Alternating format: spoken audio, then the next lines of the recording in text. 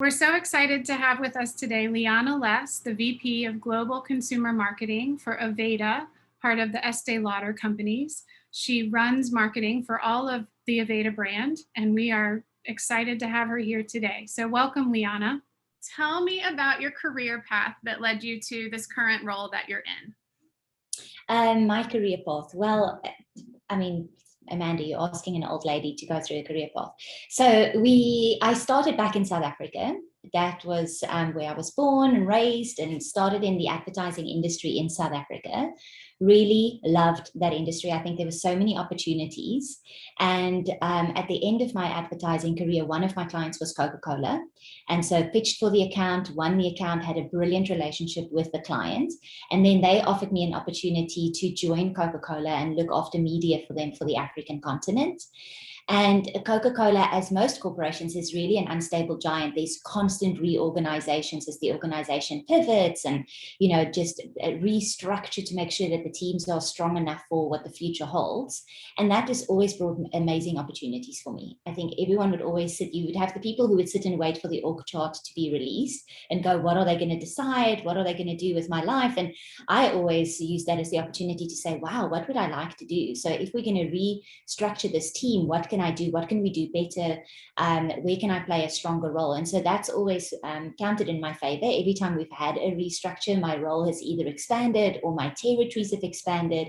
And so through Coca-Cola, I had a brilliant opportunity to move out of Johannesburg into Istanbul for a few years and gaining quite a few additional markets when that happened. Moved to Dubai, and then from Dubai ended up in the Atlanta office. And then when I got to the Atlanta office, it's one of those things where I remember when I pitched for the business, I ended up in the role of the person that led the pitch, decades before. And you're like, wow, how full circle have I come that you start in this moment in a boardroom where you're pitching to a client and then you become that client who I remember the day of the pitch, I just thought these are the smartest people on the planet. And then you arrive in Atlanta and you go, wow, now I have to be one of the smart people on the planet. And that's such a big responsibility. And also you get to that stage where at the time, Coca-Cola is so good at doing storytelling. But as I was looking at some of my peers, I realized that because Coca-Cola didn't own that last mile to the consumer, that was where I started to see gaps in my own skill set. As the agencies were all talking about precision marketing, I really started to question, what does that mean for my own growth and development? Do I need to also find an opportunity where I can be closer to consumer and closer to that first party data? And so hence I made the move. And now I'm here at Aveda. I lead marketing for Aveda. Aveda is one of the larger haircare brands, or the largest haircare brand for the Estée Lauder Company. And so I'm based out of Minneapolis, looking after marketing for Aveda. That's awesome. It's fun because I know some of that story, but it's great to hear you tell it, so concisely, and the reason why to make the move from Coca-Cola to Aveda. So very cool. What advice do you wish you had gotten early in your career? What advice do I wish I got early in my career?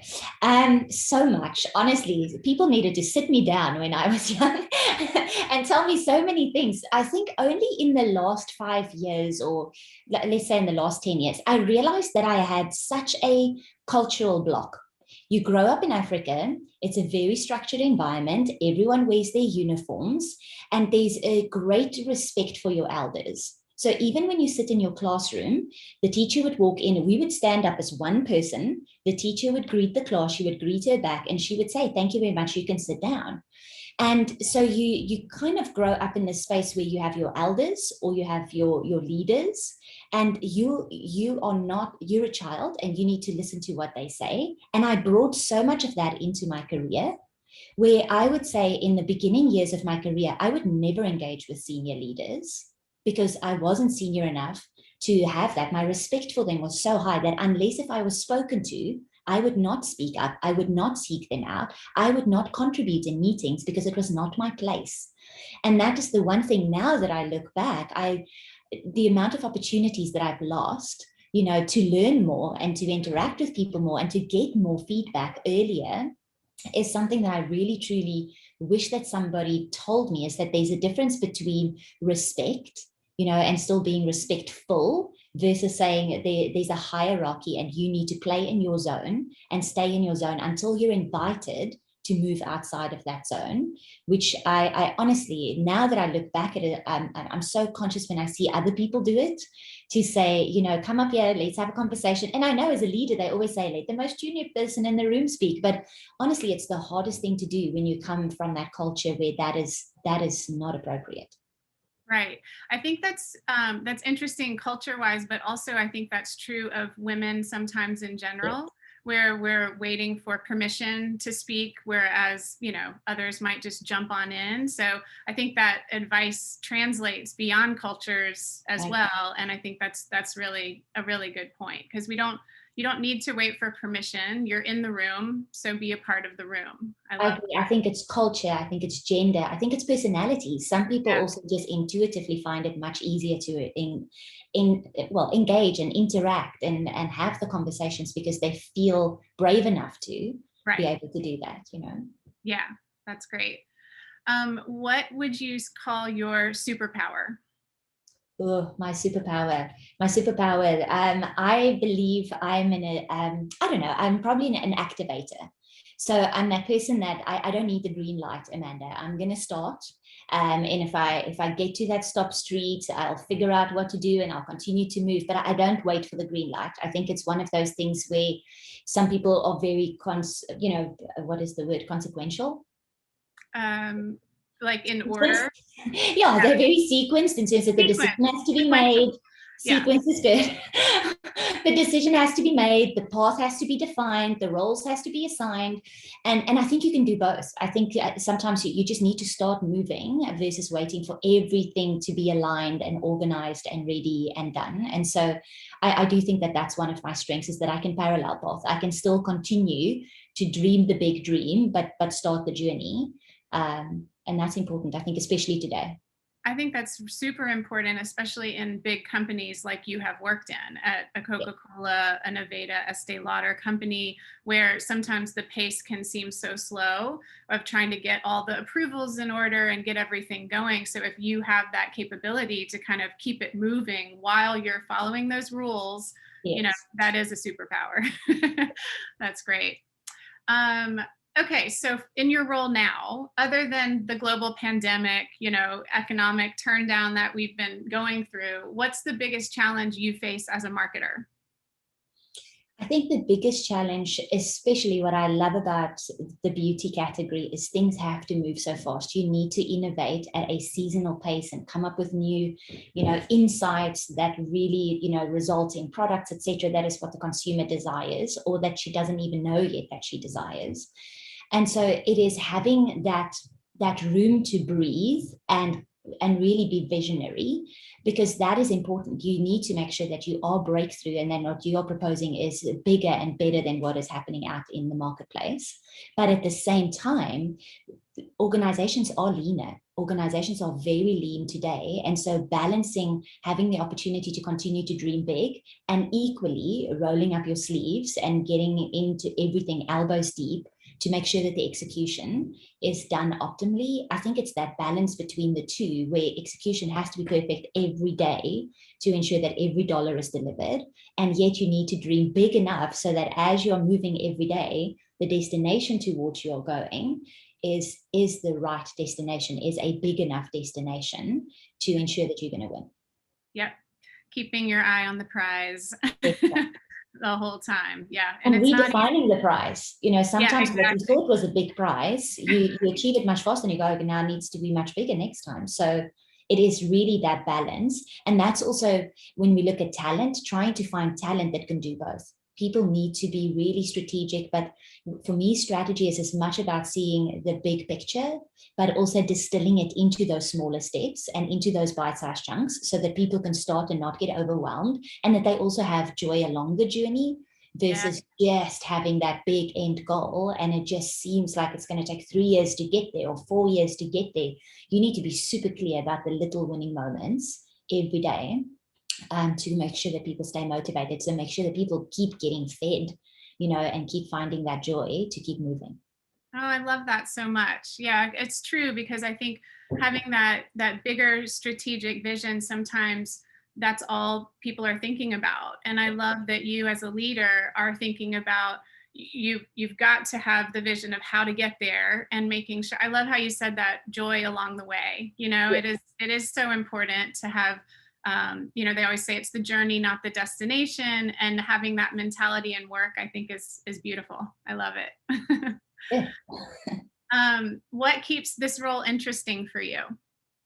What keeps this role interesting? This was a big change for me in my career. I was a deep subject matter expert for honestly close to 2 decades in my career.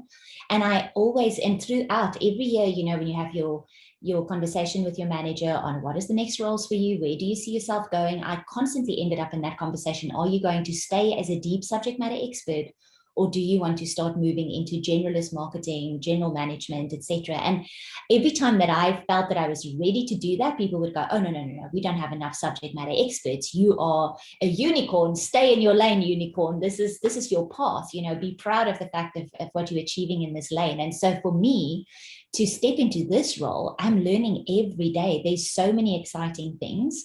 And also because this brand has such a unique route to market. You've got your salon business, which, imagine if you're a marketer, it is a dream. It is a dream to have that part of the business where consumers can come in and be a captive audience for a minimum of 45 minutes in an environment where it is all about them, where it's all about giving them that experience and giving them that wellness moment, where it is just, and I know even in some of my tough times, I've been at the hair salon in my youth where you had such a big project and somebody's washing your hair and you just start crying, because it's that moment where this is a circle of safety. This is somebody that knows you but doesn't really know you, and you can just have that moment of vulnerability and weakness. So as a marketer, to have that environment for somebody where it is just that moment where they're a little bit isolated, all the noise are removed, and they can really immerse themselves in your brand, that is amazing to be able to create that experience. All the way down to e-commerce, where some people are aware of the problem they have, some people are aware of the solution that they're seeking, some people are already product aware, and so their journey can be 10 seconds, it could be 1 second. And again, you need to be relevant, you need to have the right information that they're seeking at that time. So that is what I just love about my current opportunity, is from a marketer to have that deep emerging experience for the consumer that they come into every 6 to 8 weeks of their lives. And on the flip side, that really fast retail opportunity where you do need to innovate, you do need to change every day, because it is just a fast-paced channel. I love it. Yeah, it is unique. It is a unique business that you're in, a unique product in that way. And that does keep it interesting, right? It does keep it interesting. And also you've got that balance between it is a digital world and it's a physical world.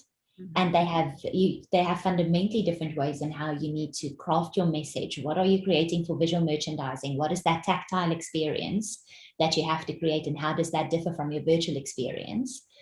So that, again, because you want consumer to go to both environments. So you can't just replicate. That's not exciting. So it is so fascinating to have multiple channels, and it's not just media. It's not just that upper funnel. It is the entire funnel. That part for me has been amazing to learn. Awesome. Where does your team find inspiration?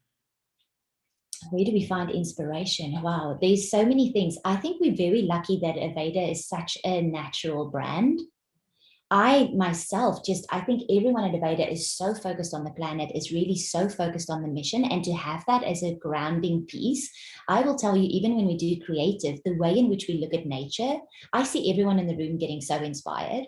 And I feel like, even for me, I would never have said to you nature as my inspiration. I would have said, oh, Amanda, I read a lot of books and I travel and I do all these things.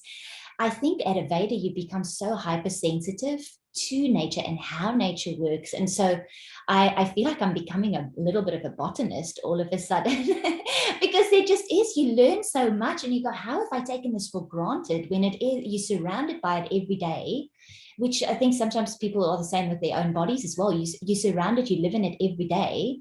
But it takes that moment in your life where all of a sudden your eyes open and you start to look at it from a different angle. And that has been really inspirational. And I see so many of my team members just in that wellness space, so close to nature, to really just find our inspiration from there and make the world a better place. That's honestly what everyone wants to do every day, is to just go, how do we put something in the world without taking away from the world? That is that part where everyone on my team, and we say this even about the consumer we go after, they want to make an impact on the world, but they want to limit their impact on the planet. And that's that piece where you just go, man, that is amazing. Let's do it. That's great. And I would say, even just from being, Instagram friends with you and such, that I've seen some more nature type posts like you, and really appreciating the snow in Minneapolis, or getting outside with your kids, or going for a nature walk and that sort of stuff, which, I mean, I didn't see that kind of content from you back when you were here. So I could see that, I mean, from that outside perspective, I could see how that has impacted you, which is cool. Which is cool. It's impacted me. It hasn't changed me completely, Amanda. I'm still Leana, but no, it is. I think it's just that level of awareness and just realizing how easy it is to create those moments for yourself. And yes, being out there with family has been just amazing. I think even in the pandemic, that's the one thing that I'm so grateful for. Is yes, it's so hard. You have to share spaces, but man, I've seen my kids grow. Even if it's outside my office window, I get to see my kids grow, which is, it's been amazing. That's great. That's great. So I'm going to go into some leadership type questions. Okay. What are the most important values you demonstrate as a leader? You've touched on a few of them today already, in terms of, kind of helping people along those journeys, but what would you say are most important to you? What values do you hold dear? There's so many, but I think for me, the one thing that I think people would universally say is transparency.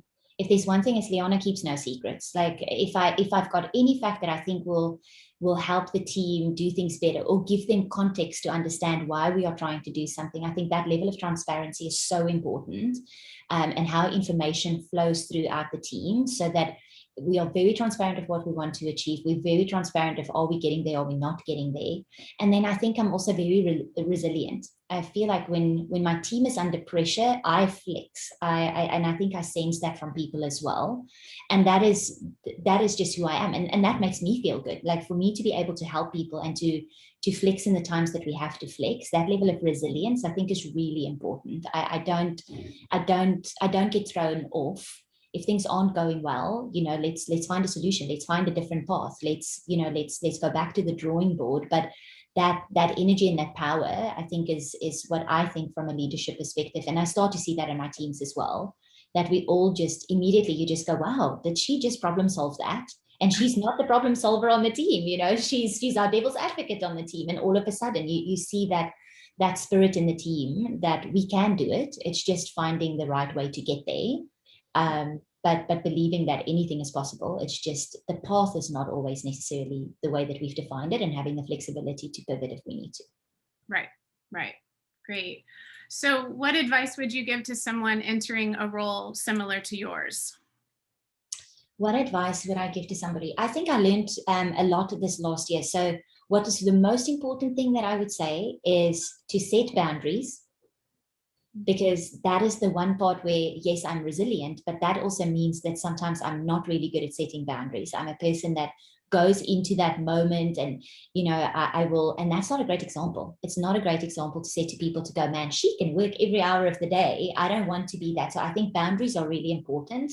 And I think it's really important for your teams to be able to see that you do have balance, that you do things that, you go out there, you run, you've got your family, you do these things. It gives people permission to be their whole self. And I think when people are their whole self, they bring a better part of themselves to you as well. And so that setting that boundaries becomes so important, because the more senior I become, I think the more responsibility you've got in the organization, and the easier it is to say, of course I'm spending time with my family, or of course I'm doing something for my family because I'm the provider. I am here, and that's not always enough. Like, people need nurturing.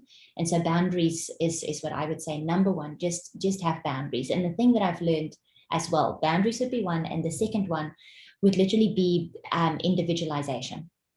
I have learned through the years, and sometimes my team is open to this, sometimes my team is not open to this, because some people really like, this is my title, This is my role. This is the lane that I want to swim in. But I think what I'm really good at, and organizations are restructuring, we constantly have to pivot, the business is changing, things are happening, pandemics. You need to be able to see what people are good at and task them to do that, regardless of the role that they're supposed to play or regardless of the badge they have in the team. I think that level of optimizing people to say, I think you're good at that. I think you're really good at that. Or I think you should try this project, and work on that, because you need to be a little bit of a psychic. You need to see what's inside your people that they don't see in themselves. And I think you need to encourage them to start to do that. It is a big part for us to grow people that work with us in that level. I think, and I just see myself as an individualizer. I know what my team will be great at doing, and I task them to do that. And again, creating that culture where it is more focused on the projects versus this is my label, this is my badge, this is what I do every day, I think is really important. So that's what I'll say to someone. Have boundaries, so be a person. And then when you are in that work environment, make sure that you optimize the people around you, because then they're happy, you happy, and the team overall is more successful. So I have two things to say to that. Yes. One is that latter piece sounds a bit like another superpower.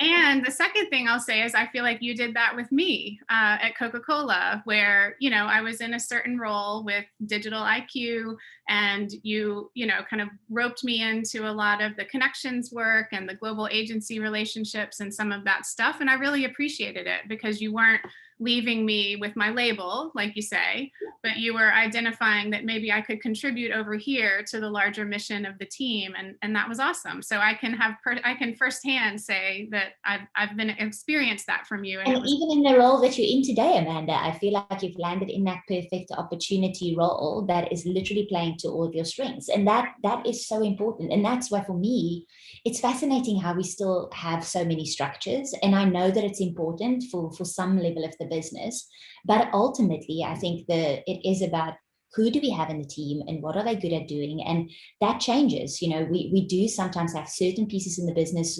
We feel like you've got a little bit of a rotation of talent the whole time, and other spaces that's a little bit more stable. But it's not as important as to say, who do I have on the docket today? What do we have to do, and who's the right people to get that done? And if you do that, you're matching people with what they're good at. And that is, number one, the team is more productive. Number two, people feel more rewarded because they are able to get things across the finish line. They are playing to their strengths.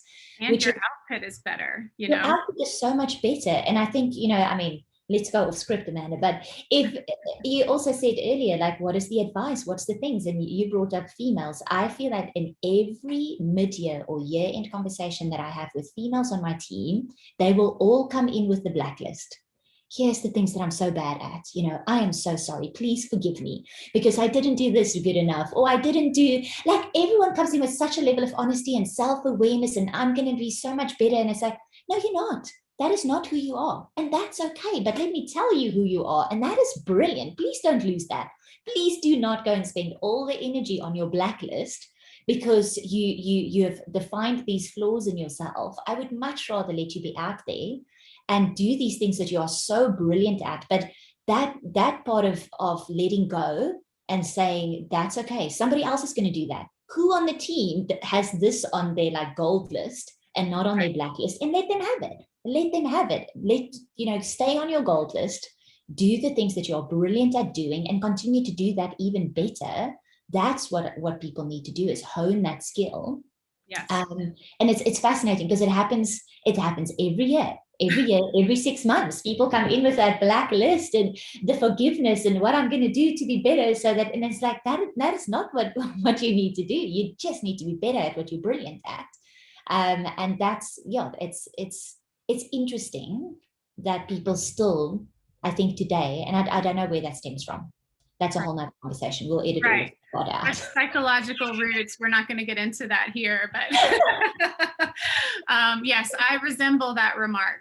So yeah, you do. But everyone does. Everyone does, and I think everyone thinks, "Wow, I'm so self-aware. I'm going to go in there and tell them what's wrong with me." And it's like everyone does it. Everyone comes in there, especially the girls. That's just just too honest and too humble and too hard on themselves. Yeah. Yeah. Cool. All right. Some agency questions. How do you go about choosing a new agency partner? What traits are most important to you when you're looking, not, and we don't have to go into each bucket, but just in general, like what's most important to you when picking an agency partner? I was so blessed that in such a large part of my career, selecting agencies was a big chunk of what I did. And we had such brilliant processes. I think I would, till the day I die, I would think that was one of the best processes, that everyone that worked on it was so smart and so proud. And because it was so brilliant, everyone kept applying it. And yes, the world changed and we made some revisions and evolutions. But ultimately, Amanda, it boiled down to the fact that you need to, when you select that agency, chemistry is going to be important. Every client is different. And so chemistry is something that you can't teach in an agency. And you'll see it immediately. Is this going to be an agency that will be able to work with a difficult team? Is this going to be an agency that is going to be open and listen or not open and listen? Is this going to be an agency that it just needs direction and you've got a team that is very strong that wants somebody that's just going to take direction? Or is this an agency that is literally going to be an extension of the team where they don't have those resources and they don't have that skill set, and they will absolutely lead and we need them to lead? It differs based on the market you're in, the project you're on, and that's going to be the most important. Is that the right fit for what you are looking for at the moment in time? And no budget, no great work, nothing will trump that, because you are looking for a partnership and a relationship. And so defining what that relationship and that partnership needs to be, I think, is really important. And no scorecard is going to tell you that. That is about, even in my global role, going in and understanding our own market's needs and the reason why, how they rely on the agency, what skills we had in-house, and then really going into that process and guiding the team to be able to make that decision. So for me, that is number one. And then I think in today's world, speed. We still have quite a few agencies that will come in and say, we need to understand you. We need to have deep immersion. I'm going to bring my tent and camp out next to your office, and I'm going to shadow you for months and months. We need to move faster today. And so I think a little bit of that, let's have early intuition. Let's have that early first reaction. Let's focus on the consumer. And then, because your first intuition is probably after the 3 months that you've stayed in the tent in my office garden, that you are still going to come back to. I think having the braveness to say, let's move a little bit faster and get out there is going to be really important. Nice. What functions would you never outsource to an agency, and what functions would you always outsource to an agency? Ooh. I guess in your role today would be most relevant. Yeah. In my role today, and we have the conversation all the time, what will be in-house, what will be outside, etc. And throughout my career, I've seen a lot of the times when people start to bring media in-house. Mm-hmm. I will not do that. I will not bring media in-house. And I also don't think in a fast-paced, social, organic world that we need to bring that in-house. I think agencies are out there in the marketplace. They see multiple clients. I think that is the part where I want to benefit from the industry learnings as well, versus just optimizing my little puddle of data and getting that beautifully clean and optimizing in the puddle. I don't think that that's how you build lakes. I don't think that that is how you continue to keep your team inspired, because they get too close to your business, knowing your business and not getting enough cues from the industry. So I will not bring media in-house, and I do not think in that fast-paced social world today, we need to bring that in-house. What I do think should be in-house is a little bit of that concepting. Mm-hmm. Because you do need to understand the brand. You do need to understand the strategy. You do need to understand the portfolio of the products. And I think you bring people in to help you brainstorm and unlock some of that. But that's why I think sometimes agencies need all that time to onboard with clients, because I don't think that client has really landed on what is that final strategy? How have we prioritized? What do we know about our brand that is at the core, that needs to be important, that needs to be there? So that strategy and a part of that early concepting, I think, has to be a part of a great brief. Yep. Versus leaving it too open. And so that level of comm strategy, I think, needs to be a great part of that has to be in-house. Yeah, that's interesting too, because everyone in-house lives and breathes the brand. They understand the intrinsics, they understand where it's coming from, they understand all of that. So I like how you phrase that of having an agency partner, help unlock some of what Yeah. your team really knows, have this creative agency come in and help open up even more, what your in-house team knows, and that partnership can really create great things. Yeah. That's cool. All right, just a couple more. On results, how do you show the value of marketing to the rest of the company? I know you mentioned you guys have several, standing meetings, reviews, etc. How do you translate that for non-marketers, and how do you show the value? Oh, I like that question. We all have scorecards. We all have dashboards. I think it's more than that. Everyone in the industry keeps saying that we have to be audience first. And I keep saying to my team, if we are really truly audience first, that means one of our audiences is our organization. Mm-hmm. And so we do need to understand how to translate everything that we are doing for the consumer into beautiful strategic storytelling for the organization. We are in that beautiful position in marketing where, you go through product development, it goes through legal, it goes through everything, and then it gets out to the consumer. If we don't bounce it back, we have got such an opportunity to re-inspire the organization, to show how everything has come to life.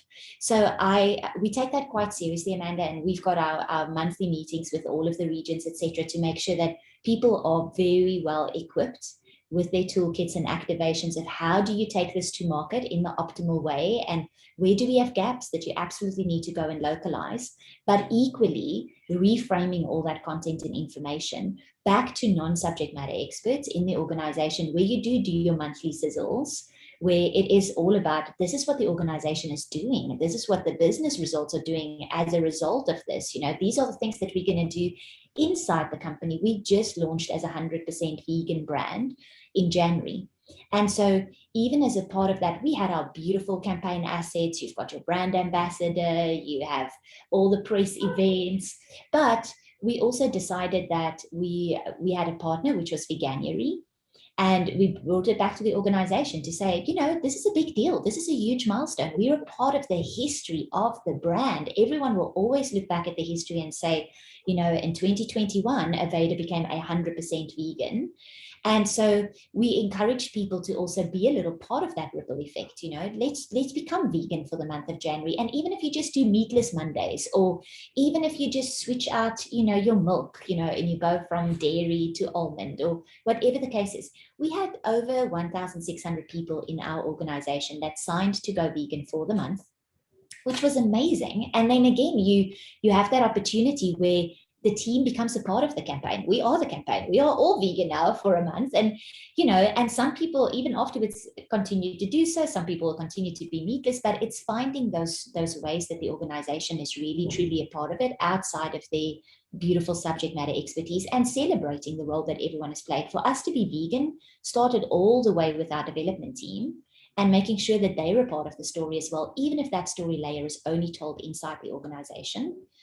Because if we told it externally, people might say, oh, you're so self-righteous. But there's a moment where you have to be self-righteous, and that audience is the internal audience, and let them feel proud of what they've achieved. It is amazing. So don't forget that audience, because we do need to tailor the messaging for them. I don't just want to say, here's our meeting and the marketing team shows you the consumer campaign. It needs to be tailored for them. There needs to be invitations for them to feel like they are a part of that ripple effect that the brand wants to create in the world. And that is really important. That is. And that is definitely something that you helped teach me at Coke as well, the storytelling inside the organization. And, it's just as important as anything outside the organization, because frankly, it may be more important because you have to get that buy-in to be able to do anything outside of the organization. So exactly. And it's also a skill that I'm still learning, even at Estée Lauder. We're an enterprise organization.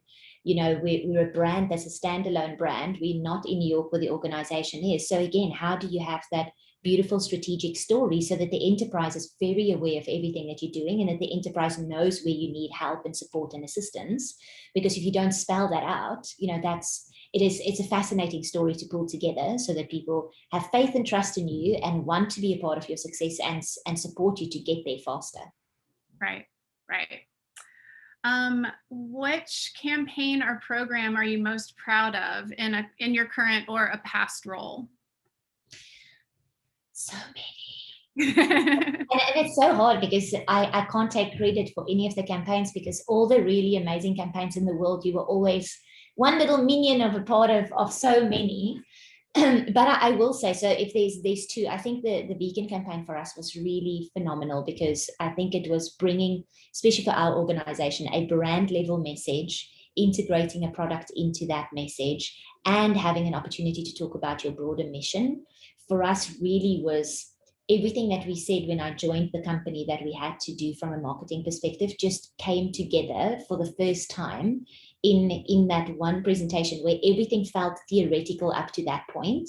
All of a sudden, all that theory just came to life in practice. So that was amazing to be a part of, setting on that journey, literally from the first day I walked into the building, and see that come to life. And again, that was over 2 years. That was not an instant win, but it was a very rewarding win. And then I would say another campaign that I absolutely love, that I will never forget in my entire life, is back in South Africa still.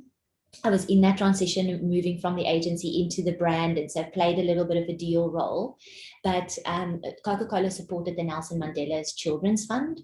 And so we got a beautiful letter from Nelson Mandela that we used, and we put it inside all the Coca-Cola bottles, and we distribute the Coca-Cola bottles all over. And it was literally a beautiful message on the 1st of November for International AIDS Day, where he literally said, you know, it's not a pandemic, it's a human rights issue. This is all about, we have to come together and make sure that we fight this disease as a nation.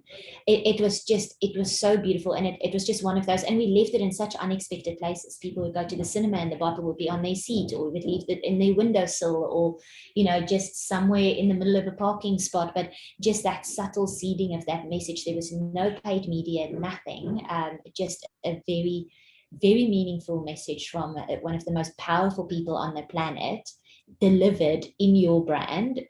There was just something about that some moments you just can't repeat. Some moments are just so perfect in that moment. And so I feel equally great about both. So I'm grateful that I had one in the past and one literally this year. Yeah, that takes surprise and delight to like a whole new level. That's amazing. Okay, we'll end with a couple of fun ones. What's a quote or book or movie or band that inspires you? Oh, and Amanda, you will know this one because I overuse it. But my favorite quote that I overuse is from an African proverb that always says, if you want to go fast, you have to go alone. And if you want to go far, you have to go together. And it's funny because every time I say it with people, people's immediate reaction is always, so which one is this project? Are we going to move fast, or which is the right one? And I think therein lies the challenge, right? Is to say it's a challenge every day. We have to define the projects where we are not going to be able to collaborate with everyone, and we're going to have to move fast, and we're going to have to get those proof points so that people really get the trust that we need them to have before we build, you know, it bigger. And then there are other projects where it is going to be painfully slow, and you are going to have to go slow, and you're going to have to let everyone feel like they came up with the idea, that they were part of the idea, that they committed to the idea. Otherwise it will never scale to the level that we need it to scale. But it's in the art lies in defining which is which. Yep. Because if you go fast and alone on the wrong project, you know, then you've lost credibility. So I love that proverb. I love that proverb. Even in my life, I'm like, am I going to bath fast today? You know, is that going to be one of the ones where the whole house will need to be organized so that it's a nice slow moment? Everything in life. Are you going to go fast and alone, or are you going to go far and together? Love it. That's great. And I guess we'll end on where do you find joy outside of work? Where do I find joy outside of work? Honestly, my family. I would not even be where I am today in my career if I didn't have the most, and it will make me emotional, but I have the most selfless husband on the planet, and I would not be where I am today if it wasn't for him. And then we have 2 little ones that, especially in the last year, man, they just inspire you just to pause and see the simple things in life, and, you know, watch Mickey Mouse Club and go run on a little bike, or ride the bike because they won't ride the bike. You know, there's just those moments. So for me, I find such joy and inspiration from them, and I do everything I do ultimately to have more experiences with them. So I love that, Leana. I love it. I miss you so much. It's so I miss fun to you. talk to you. I'm like, oh, this has been so lovely. Thank you for taking time this morning to do this with me. And I would love to catch up with you more outside of this soon, of course. But thank you, Leana. This is I'm fun. looking forward to it. Thank you so much.